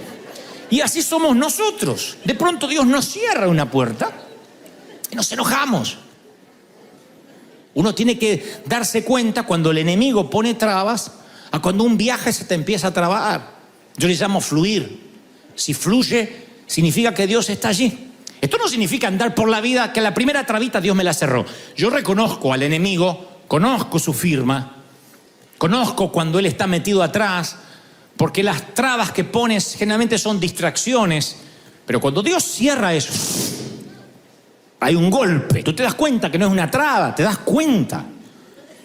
Hay momentos que Dios no sabe ni cómo decirte que eso no funciona, que lo que estás queriendo hacer lo estás forzando. A veces puede ser un no temporal, un no por ahora. Y créeme, cuando Dios cierra una puerta, tú no quieres que se abra. Cuando uno adora, alaba al Señor por lo que Él hizo, por lo que Dios hizo en tu vida, yo opino que rozamos la verdadera alabanza y adoración. Apenas estamos en la superficie. La verdadera adoración es cuando uno adora y alaba por las cosas que Él te libró, por las veces que te dijo no. Esa es la verdadera adoración. Señor, yo pensaba ya que el médico me iba a decir que estaba sano. Y fui y me dijo que sigue todo igual, o lo que es peor, avanzó la enfermedad. Yo te voy a adorar igual, porque algo me estás enseñando o algo te traes entre manos. Señor, pensaba juntar dinero para las vacaciones y se me fue todo en la clínica, en el hospital. Te voy a adorar porque de algo me libraste si yo viajaba. Cuando uno ve a un Dios de amor a través del filtro del amor, nunca ves a un Dios bueno porque abre y a un Dios malo porque cierra. Es el mismo Dios que te abre y el mismo Dios que te cuida y te cierra.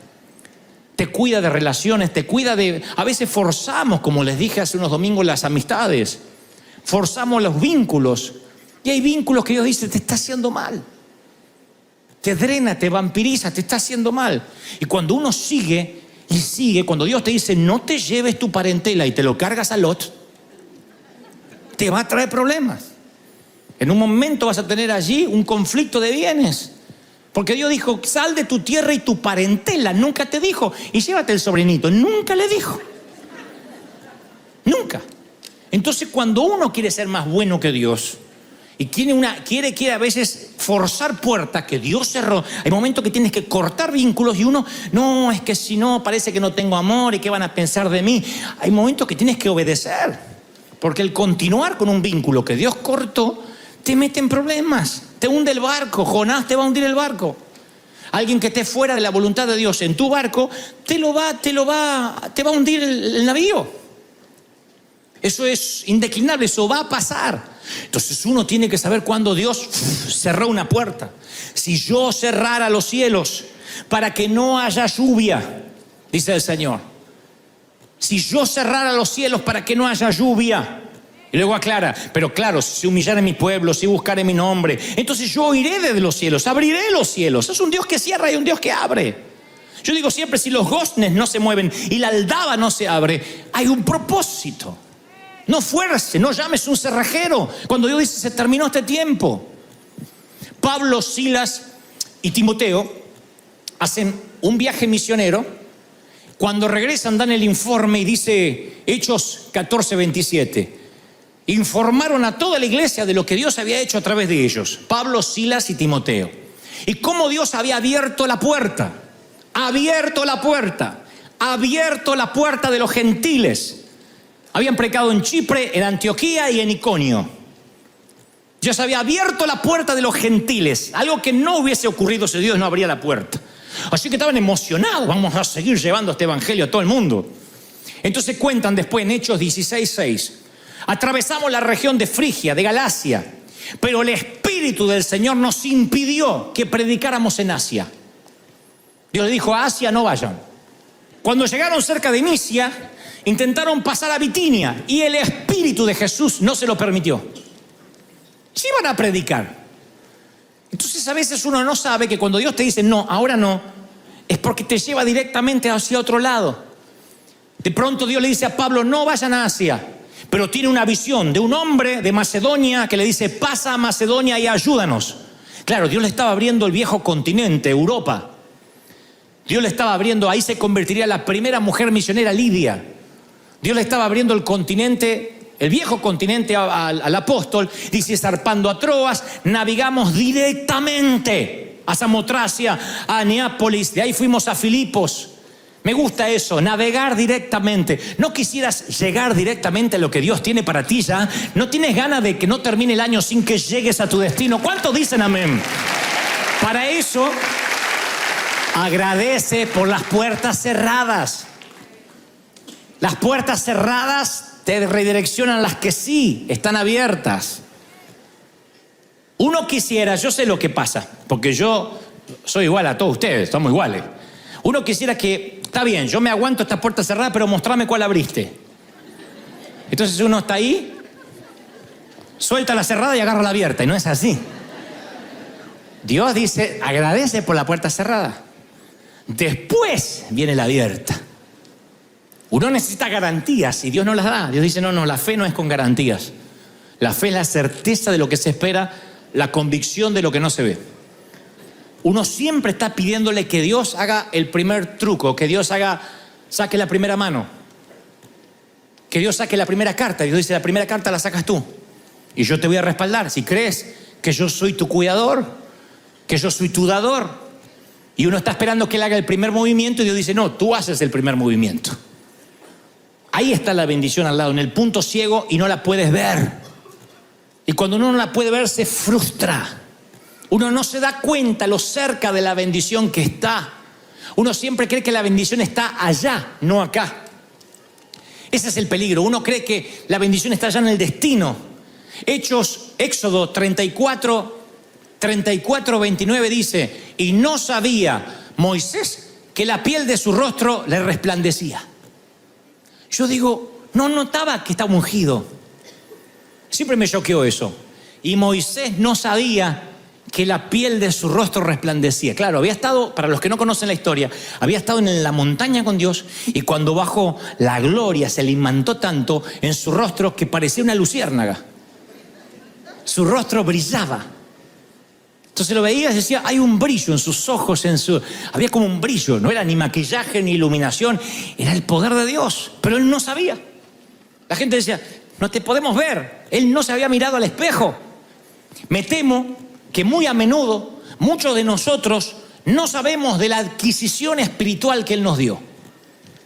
Me temo que muchos de ustedes no tienen idea el privilegio de congregarse en una iglesia donde jamás hay un servicio duro, donde no está la presencia de Dios o no hay palabra. Siempre hay palabra, siempre hay pan fresco en la casa del pan.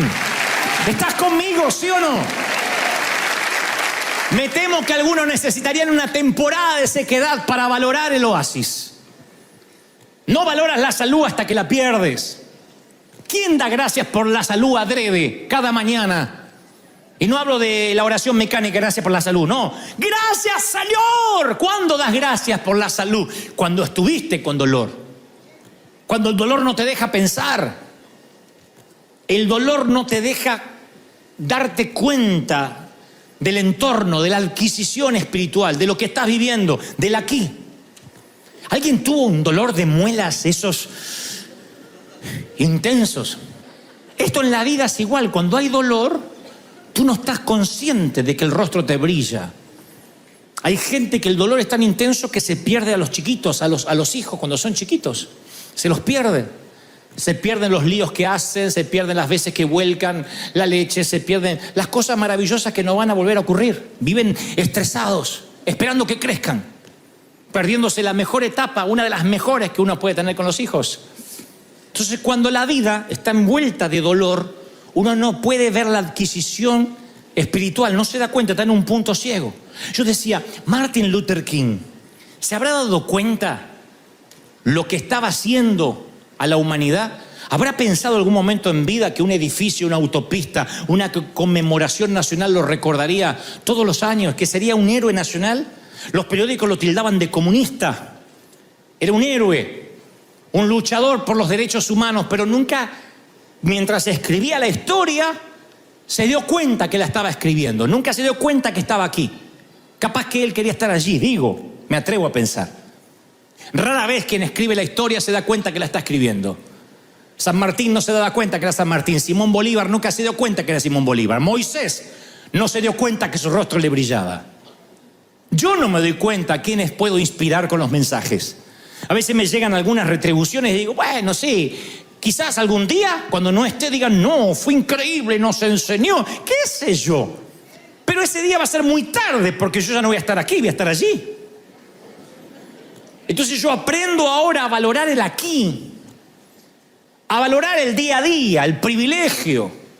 A veces lo sagrado se me vuelve común.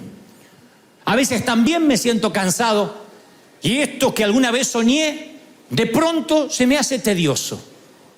El tedio es cuando lo que esperabas por tanto tiempo finalmente llega y no lo valoras porque todavía sigues viendo la vaca allá adelante. No debe haber peor cosa que llegar a un sitio que siempre quisiste llegar y no disfrutarlo. No debe haber cosas que irte de vacaciones y cuando llegas a la playa y pones la sombrilla, no lo disfrutas. No debe haber peor cosas que esperar por el amor de tu vida y cuando llega no valorarlo. Soñar con tener hijos y cuando tienes, ni siquiera te das cuenta que esto está ocurriendo ahora y que no volverá. Siempre creemos que el allá nos dará la felicidad. Es que allá la grama está más verde, allá llueve mejor, allá el clima es mucho mejor y mientras tanto estamos acá en el punto ciego donde no vemos nada. Pero yo te aseguro, de parte de Dios estás más cerca de las bendiciones de lo que jamás pensaste. Aún en el punto ciego, Dios está aquí. ¡Aleluya! Lo que pasa es que tu percepción afecta la visión. Tu percepción donde tú estás afecta las bendiciones que están lejos. Tú no las estás viendo, no las puedes ver. No te das cuenta lo cerca que están. Y aquí dice el Señor, vienen días en que el ara alcanzará al segador y el pisador de las uvas alcanzará al que lleve la simiente y los montes destilarán mosto. O sea, el que lleva la simiente, el que lleva las semillas de las uvas, tiene que llevarla y plantarlas. Y la Biblia dice que va el plantador y ya viene el que viene atrás, dice, ¿dónde están las uvas para pisar? De repente los tiempos se acortan. De repente vas a estar sembrando semillas y ya viene la cosecha que te alcanza. La Biblia dice, va a haber un momento donde cuando tú estés enojado por una puerta cerrada, el ángel de Jehová va a estar peleando contigo, aún con tu enojo, y te va a estar trayendo la bendición. Así que si estás ahora en una situación crítica donde dices, yo no sé más qué va a pasar, yo profetizo que el mismo Dios que acercó tanto la bendición la noche anterior es el mismo Dios que acerca las bendiciones sobre tu vida, sobre tus cosas. Alguien, ¿tú lo crees de verdad? Eso va a ocurrir. Vienen. Las bendiciones te alcanzan. Las bendiciones, ¡pum!, te patean el trasero porque viene, estás así, ¡ay!, te alcanzan las bendiciones. Me gusta eso, que estén detrás, alcanzándote, empujándote. Las bendiciones te alcanzan, no tienes que correr tras las bendiciones. Había un auto en Argentina que teníamos que decía el espejo retrovisor, los objetos, chiquitito, ¿no? Los objetos que se aproximan pueden estar más cerca de lo que parecen. Cuidado. Porque tenía una suerte de aumento, el espejo, y entonces había una leyenda que decía, los objetos que usted ve puede que estén más cerca de lo que usted percibe. Esa es la vulnerabilidad del autoanálisis que quiero que hagamos. Que a veces las bendiciones están tan cerca, no nos damos cuenta y las vemos lejos. Quiero que pienses en esto, las bendiciones que se te están acercando están más cerca de lo que crees. Yo te aseguro que en una noche el ángel de Jehová hace así. En una noche cuando tú no ves nada. En una noche cuando dice está todo en cierne, no va a pasar nada. En los momentos más críticos, cuando Abraham tenía que bajar el puñal, el ángel grita desde el cielo, no lo hagas. La Biblia está llena de situaciones límite, donde cuando alguien no puede más y está por arrojar la toalla, aparece el Salvador. La caballería siempre aparece. Siempre aparece la caballería cuando las cosas se están poniendo feas. Dios nunca te ha fallado. Y si sientes que estás en un punto ciego, es porque estás así. Yo percibo que muchos van a recibir bendiciones. Hay cartas que van a llegar a tu buzón, ni esperabas que iban a llegar. Entonces decía, pero si me dijeron que ya no. La carta va a llegar, la promoción va a llegar, el llamado va a ocurrir. Dios te va a promover. Yo lo estoy declarando, lo estoy creyendo. ¿Tú lo crees? ¿Tú lo crees? ¡Aleluya! Acontecerá que si oyeres la voz de Dios para guardar mis mandamientos, dice el Señor, Deuteronomio 28:1. He aquí estas bendiciones vendrán sobre ti. ¿Cuántos quieren que las bendiciones vengan sobre ustedes? Vendrán sobre mí. Si oyeres la voz de Dios, te alcanzarán. Las bendiciones te alcanzan, te empujan. Tengo tantos testimonios de bendiciones que me han alcanzado ahí. Claro, yo voy unos minutos más atrás y estaba en el punto más ciego. En el punto más ciego. Hombres y mujeres que se han acercado para darnos dinero, para eventos, llegaron en el punto más ciego mía. Y yo empecé a aprender que cuando Dios te cierra esta puerta es porque tiene una mejor. Y si tú te empecinas en golpear esta puerta y llamar a un cerrajero, te estás perdiendo lo que Dios tiene. Hay gente que se empeña en mantener una relación, una amistad, que se empeña en mantener un ministerio y te estás perdiendo lo que Dios tiene del otro lado. ¿Cómo puede haber gente que se enamore de la zarza cuando Dios tiene una cita con el faraón? ¿Cómo puede haber gente que se quede en un sitio cuando Dios dice, ya te tengo otro destino para ti?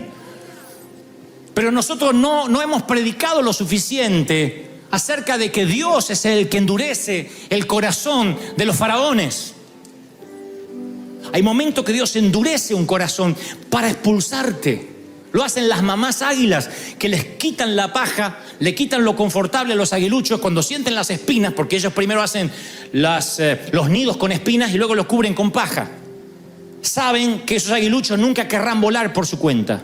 Entonces cuando quitan la paja y sienten que una muerte segura los espera en el nido, se atreven a una muerte probable. Y ahí contra los peñascos empiezan a volar hasta que remontan. Pero si se quedan en el nido, mueren. Y hay momentos que Dios te tiene que poner espinas, cerrar una puerta, para que te atrevas, para que creas lo que Dios tiene. Con experiencia se lo digo. Yo no le veía sentido a que la catedral se cierre. Teníamos todo, cámaras de televisión, teníamos presupuesto, y Dios dijo, se terminó. Es que nosotros pensamos que Dios es un Dios que depende del presupuesto de alguien. Que Dios depende de unos cristales, que Dios depende de un edificio, de algo arquitectónico. Y Dios es muy celoso. Él quiere demostrarte que es Él el que abre y nadie cierra. El que cierra y nadie abre. Alguien tiene que decir amén a esto. ¿Lo crees de verdad? ¿Lo estás creyendo, sí o no? Voy a terminar con esto. Tienes que reconciliarte con la idea de las puertas que se te cerraron. Tienes que reconciliarte con la idea de que alguna vez te divorciaste. No digas, ¿por qué me pasó? Tenía que haberme dado cuenta. Tú no valorarías lo que estás viviendo ahora si no hubieses pasado ese dolor. Para valorar una buena comida, a veces Dios permite que pases hambre. A veces no entiendes lo que significa una casa caliente hasta que no pasaste por frío. Eso hace que el proceso de valoración vaya acentuándose en ti. no maldigas tu pasado, porque ese pasado te trajo hasta aquí. Y ese pasado fue necesario para que Israel aprendiera a confiar en Dios, para que Egipto supiera que había un Dios en Israel. Hay procesos y no que Dios ha dicho en tu vida por alguna razón, para que haya un sí en otra parte. El Señor le dijo en el huerto de Getsemaní al Padre: si es posible, pasa de mí esta copa. Y Dios el Padre le dice no a su Hijo para decirte sí a ti. Le dice no a Él para darte acceso a la vida eterna a ti. Y si el Padre le puede decir no a su Hijo unigénito, ¿por qué crees que nunca te va a decir no a ti? ¿Por qué crees que te va a decir siempre sí? Si al Hijo unigénito le dijo no, no, tienes que ir a la cruz. Ponte de pie, por favor. Yo quiero que agradezcas por las puertas cerradas. Yo quiero que agradezcas por los goznes que no se abren, por las aldabas que permanecen totalmente herméticas. Dile: Señor, gracias. Van a ver que esta adoración va a ser muy pura ahora, porque siempre hemos aprendido a dar gracias por las puertas que se abrieron. Pero yo quiero hoy que le des gracias por las puertas que no se abrieron. De verdad, pero no dando lástima, Job se queja ante Dios y Dios le dice: ¿dónde estabas tú cuando yo hice el mundo? Tú no puedes debatir conmigo. No tienes ni la altura emocional, ni intelectual, ni espiritual, ni creacional para discutir conmigo. Te amo. Te voy a restituir muchas veces más lo que perdiste. Pero aprende que cuando yo digo no, no siempre puedo explicarte por qué estoy diciendo no. Confía en mí, cree en mí, y yo te voy a bendecir, dice el Señor. Vamos, dale un aplauso al Señor y adora.